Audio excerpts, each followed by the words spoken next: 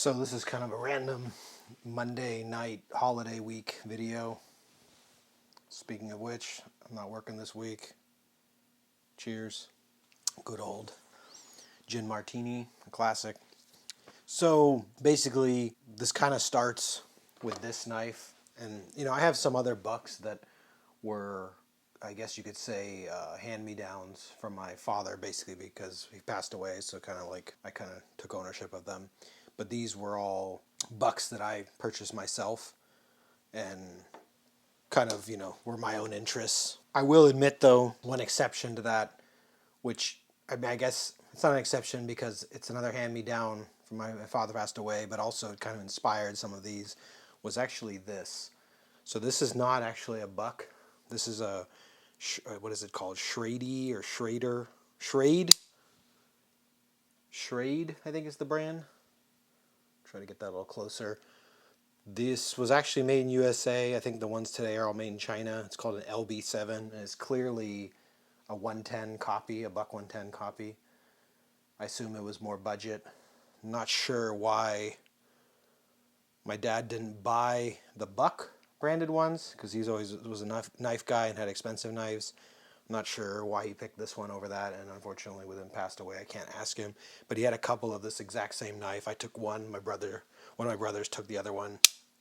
But I was like, this is just like such a classic,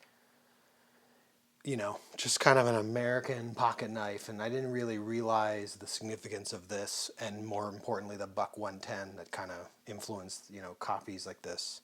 And, again, I think today these are all made in China and kind of junk, but this one is very good quality, made in USA, arguably similar to a buck of today and a buck back then. But here's kind of what happened. This was my kind of first one. You've seen this in a short. This is the Sprint 841. I'm looking at the blade there. 841. I think they're called Sprint something. Sprint Pro, sorry. Sprint Pro 841. There's a few different models of these. And, if you guys like this kind of video, knife video, I have another one of these. I'm not going to discuss it in this video, but, it kind of drove from there. I haven't been wearing this on my pocket lately, and it's kind of dusty. Then again, they get really dusty when I wear them in my pocket, because as of late, this kind of took a back seat to another knife, which was this. So by the way, I made this sheath myself. This is natural Dublin leather. You guys have heard me mention in some other videos. I got a side of natural Dublin off eBay, and I was just kind of messing around, almost like a prototype. I cut this piece and folded it in back there, and then skived this down by hand, and then folded it over and stitched it. Hand stitched all this. Tried it two different ways. I kind of went all the way down and all the way back, whereas these ones I went kind of more like, I don't know what they call it. I'm not an expert on leather working and stitching, but just a first attempt. But it's kind of cool, and mainly because this I'll talk about what this is. It just was too loose in my pocket and was kind of bouncing around, and I realized it was going to get scratched to hell by my keys, and I'd rather keep it a little bit more pristine. Not pristine, but I don't need like unnecessary damage, like we talk about the fake patina on these the Thunderdome and stuff with boots, and these guys just like are kicking sandpaper and stuff. I don't need to keep this knife in my pocket with my car keys and just destroy it when I could give it a little bit of protection. And honestly, I didn't like how it was kind of bouncing around all the time in my pocket versus a pocket clip knife where it just stays exactly where you want it to.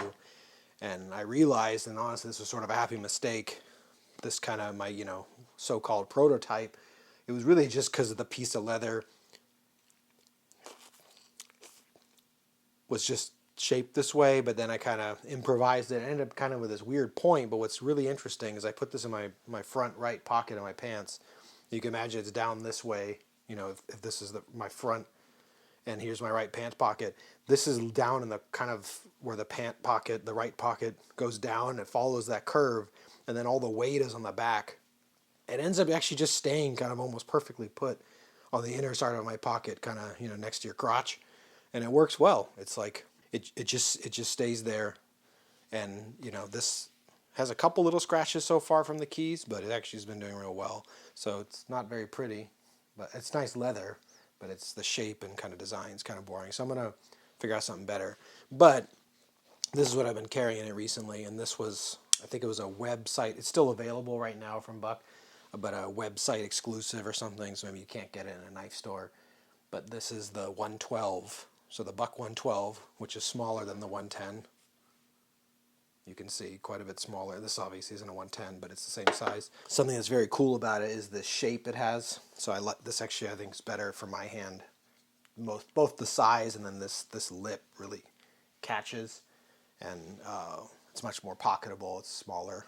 The other one was considered a folding hunting knife, whereas this is more like a pocket knife, and it still has the really nice clip point blade that I like of the 110. The 112 I think actually might be my favorite. But what made this interesting was these are nickel plated bolsters, as they call them. It's kind of weird because it's the whole all one piece on each side, so it's almost like the scale. But I don't know. I think of a bolster as a separate piece, but they still call it the bolsters. And this is a really nice knife. They typically have brass like this one. Brass is cool. Patina's a lot. It kind of makes your hands have. There's a smell when you touch brass. I don't know what it is that has a reaction with your skin, but I really like.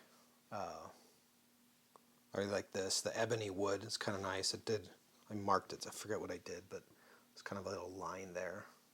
Bumped it on something, but the ebony wood is nice. Has like some brown undertones. Harder to see on the camera, I think, but mostly kind of a black color. But it's very cool. The grind on this is pretty nice. Sometimes Buck's been known to be like it's inconsistent side to side. And then this is it doesn't even say it on the blade, but this is the 420 HC steel, which is kind of like Buck's standard steel. It's good steel. It's just not like high-end fancy. We'll get to that in a minute. But this is something you can get right now, at least it was available when I bought it, a month or something ago. But I'd never seen on their site, they had special runs with Knife Center and some of these other, Smoky Mountain Knife Works and whatnot that had the nickel bolsters, but I didn't see it on their site. And then obviously the custom shop, which we'll also get into, can do it. But this is kind of what I've been carrying lightly, and people always talk about this. The centering on this is like literally perfect.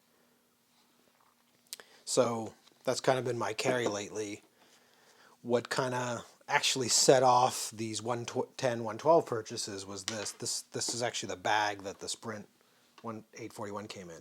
But I had seen this when I got this from, like I said, from my father after he passed away. I was thinking it was a Buck 110 when I was like trying to think about it, but then I realized it's not. So it's actually a little bit bigger, I think. It's shaped differently. The top isn't, I don't know, I guess that's their own thing. I think the Buck shape is more appealing. And then these are really angled on the Schrade or whatever it is, Schrade, whereas the 110 a little more straight. But obviously this is like a kind of a copy of a 110. This is something you can get right now on their site too, and this was like the standard 110, the folding hunter knife, if you will. Very typical with the brass bolsters, ebony wood handles, but I did go with, and this one I don't know, maybe it was semi-limited. I think they still have it for sale, but it was like out of stock. This is S30V, so this is a fancier steel than 420HC.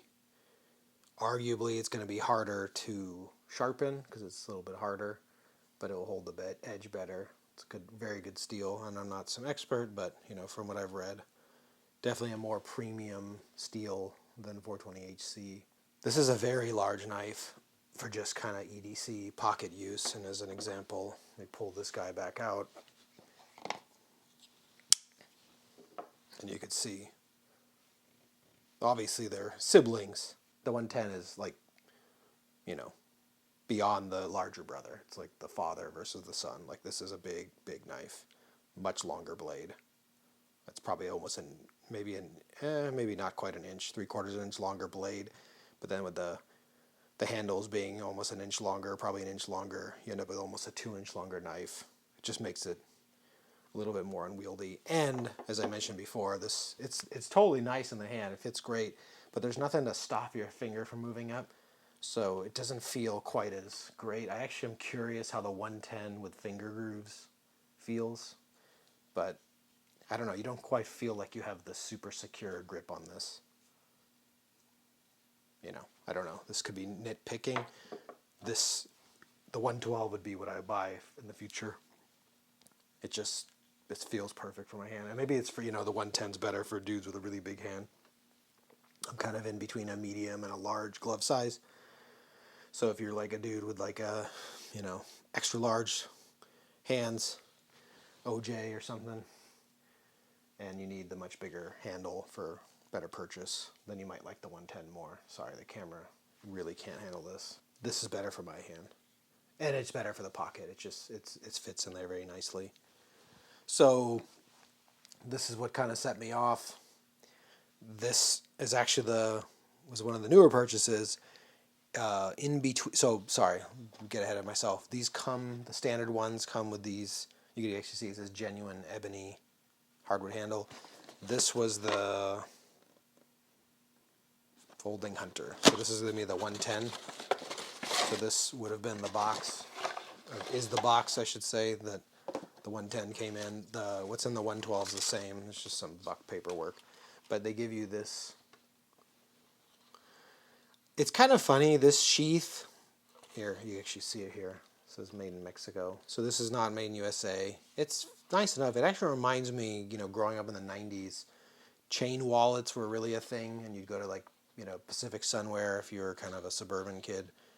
And they had chain wallets, black leather chain wallets, also other leathers. And I don't know what they're doing, this Mexican leather. This smells exactly like those chain wallets. So I don't know if I'd ever use this. I'm not really a belt knife carry guy. As I said, I made that sheath for my pocket. But the smell of this was cool for bringing back memories of my kind of teenage years, kind of like middle school days. I don't like the fact that it's really going to be not easy to see this. Maybe if I bring this light up.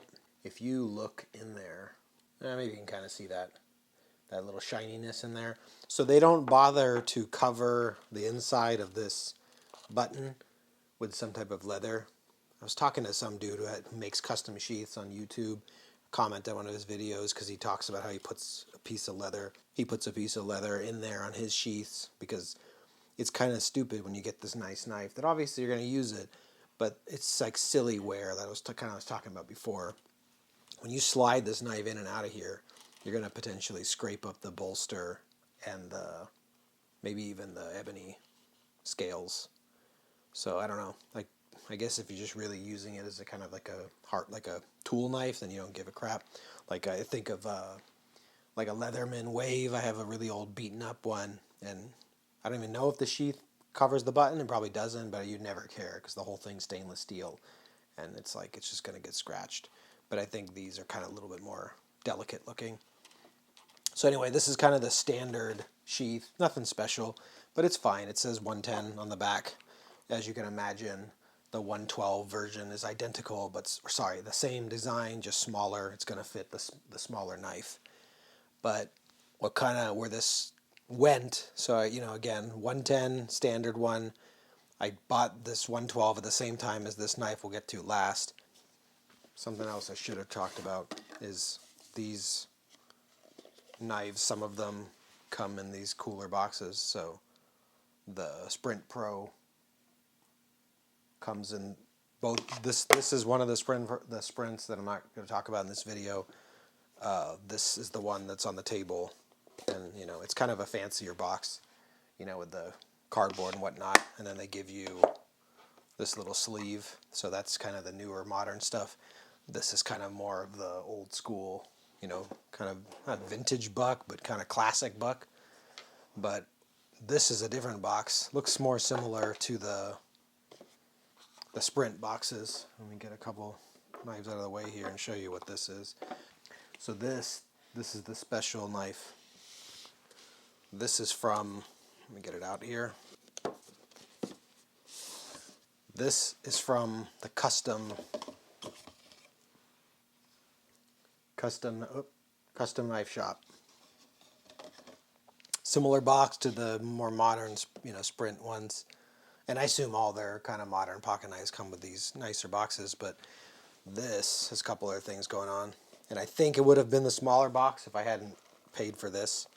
But with the 110, you can pay $10 more and get this sheath, which is basically the same design, but it's proudly made in the USA. And it similarly says 110, has a similar button. This one has some, what is that, enamel maybe? Unfortunately, it does still have that same problem of this one you can actually see with the contrast, that exposed button, a little lame, but this is a significantly nicer leather. So this is soft, smells more like a high-end leather versus what I was calling the chain wallet from the 1990s PacSun kind of vibe, but this is very nice. Again, I don't know if I'll use it, but I was like $10. I want to check it out and see, and I don't know. This one I kind of see myself could be used more than I would probably use that one. I don't know, maybe I'll try to see if the Schrady fits in this 110, because that knife's all scratched up anyway. But here's the real important thing, the knife. So check this out. This is a custom 110. These are obviously nickel plated bolsters again, similar to the 112 here. I actually was kind of a little bummed about that, but at the same time, the whole natural thing, but there's this random dark mark, but it's not like a nick or anything. You can't see this in the camera, but if I kind of, actually maybe I can make it, if you, there you go. It's like it doesn't actually, it's not on the surface, so it's in the wood. I'm not really sure what that is, but I saw another guy's video, a couple of them, and this oak is really neat. One guy, I'm trying to remember, Baxter, I think is his channel. He's a knife channel. He was saying, he's from Northern California. He's talking about the oak trees. He's from further north than I am in the Sacramento area. But there's oak trees everywhere where we live. And that's kind of cool. That's not really necessarily what drove it for me. I think it was more just oak was always the longer firewood. I remember growing up, my dad always bought cedar to kind of get the fire going, faster or hotter or whatever, to get the flames, get the fire going. And then once it was roaring, you'd throw oak on it for the whole night. And oak burns slower and hot, maybe hotter, I don't remember. Slower definitely, is a denser wood. And, the oak trees everywhere, but it just looks neat too. And I don't know, it's weird looking. It's like it looks old. I don't know. I think it's kind of cool. And I think it really works well against the nickel. So this is a 110, but here's a little magic.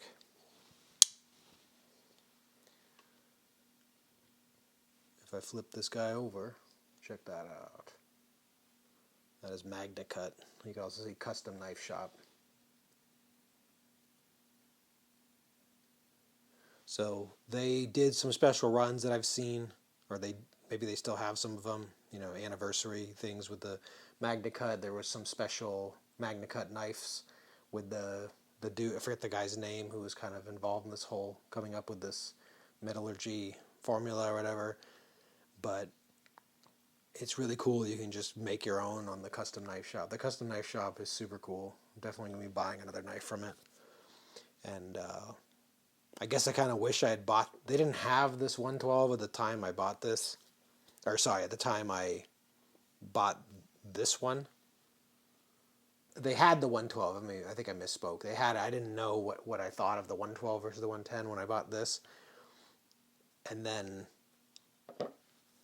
I did the Custom Knife Shop, and kind of, it was only as I was ordering it that I saw this. And I had never seen a 112 before. And I was like, well, this is really cool that it's nickel and they have it in stock, so I'll get that one soon. And then I wait on the custom knife one. And then I get the cheaper 112. And I'm like, wow, I kind of prefer this over the 110 as far as comparing these two down here on the table. And I was like, man, I did a custom order. But I don't regret it at all, because this is just such a badass knife.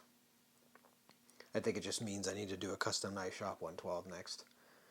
And there's some options I need to think about. Probably will end up with nickel again. Definitely doing something other than, I'm not going to do oak again. I'm not going to do ebony because you can get ebony.